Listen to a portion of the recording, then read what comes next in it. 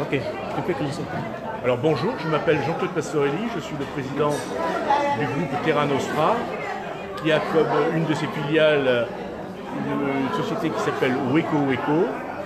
Cette société a pour vocation de travailler et mettre en œuvre des nouvelles sources d'énergie renouvelables et respectueuses de l'environnement. À Djibouti, nous avons repéré deux importantes sources d'énergie renouvelable et donc respectueuses de l'environnement et donc gratuites, enfin pas gratuites mais peu chères. La première, c'est les courants de marée. Et sur cette première source, vous avez à Djibouti deux sites, deux gisements d'énergie importants. Le premier, c'est la passe du Goubet. Vous avez une source, un débit d'énergie qui est relativement limité, mais avec un fort débit, avec un courant très important, puisque vous dépassez les 7-8 nœuds à l'heure.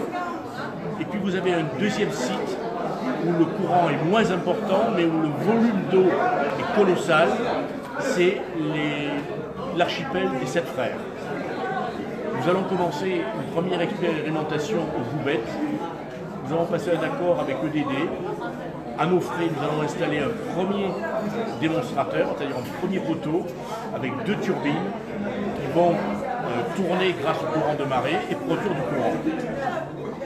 Ensuite, une fois que cette phase de démonstrateur sera passée, nous passerons en accord avec le gouvernement djiboutien à équiper l'ensemble de la grande passe du Goubet pour arriver à peu près à 100-120 MW installés.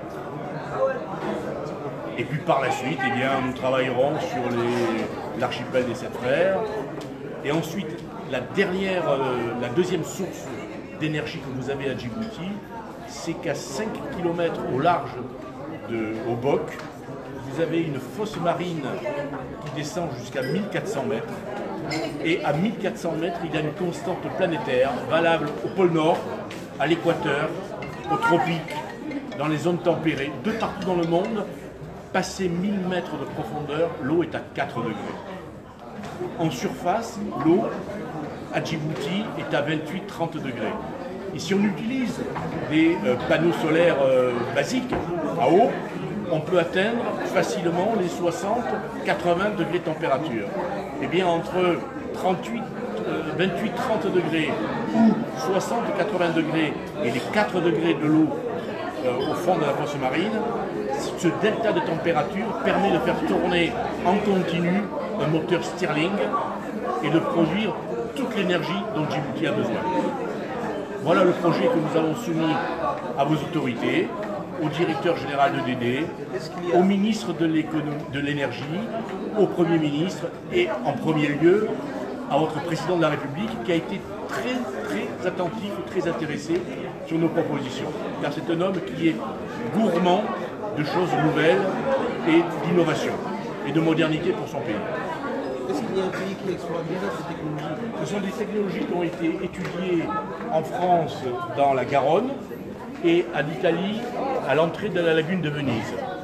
Donc, mais le plus simple, c'est que dans les mois qui viennent, on va installer le premier démonstrateur. Et c'est ce que j'ai dit, vous venez avec un compteur électrique et vous verrez la quantité d'énergie que vous allez produire. C'est la meilleure façon, c'est la meilleure démonstration, c'est de venir avec un compteur électrique et de vous mesurer ce qu'on produira sur place. Est-ce que cette énergie est moins chère que l'énergie que nous utilisons aujourd'hui? Aujourd'hui, l'hydroélectrique ou bien qui nous vient de l'Éthiopie? Je ne sais pas à quel prix l'Éthiopie vous vend le courant électrique. Ça, je ne connais pas le prix. Mais en revanche, à tout moment, on peut vous diminuer l'énergie électrique en venant de l'Éthiopie parce que l'Éthiopie peut vous dire nous sommes en manque d'énergie et je me sers d'abord moi et puis vous. D'abord l'Éthiopie et puis après Djibouti. Et tout pays doit être indépendant en matière d'approvisionnement énergétique. L'avantage, c'est qu'à Djibouti, vous avez de quoi non seulement être indépendant, mais vous avez les moyens d'être producteur d'énergie. Et si demain, des sites comme la fosse d'Obok ou les grands courants à l'entrée de la mer Rouge, à l'archipel des Sept Frères. Entrée en production, vous êtes en moyen de produire de l'énergie pour après, pourquoi pas, par l'électrolyse de l'eau de mer, produire de l'hydrogène qui devient le vecteur d'énergie pour la Terre entière. Djibouti a les moyens de devenir un grand producteur d'énergie. Comme aujourd'hui l'Arabie Saoudite ou les autres. Mais vous, avec du vert, c'est pas de l'énergie fossile, c'est de l'énergie renouvelable. C'est de l'énergie de qualité. Et en plus, vous avez les crédits carbone qui peuvent vous arriver sur la tête. C'est ce que je vous souhaite. Merci. Merci. Merci.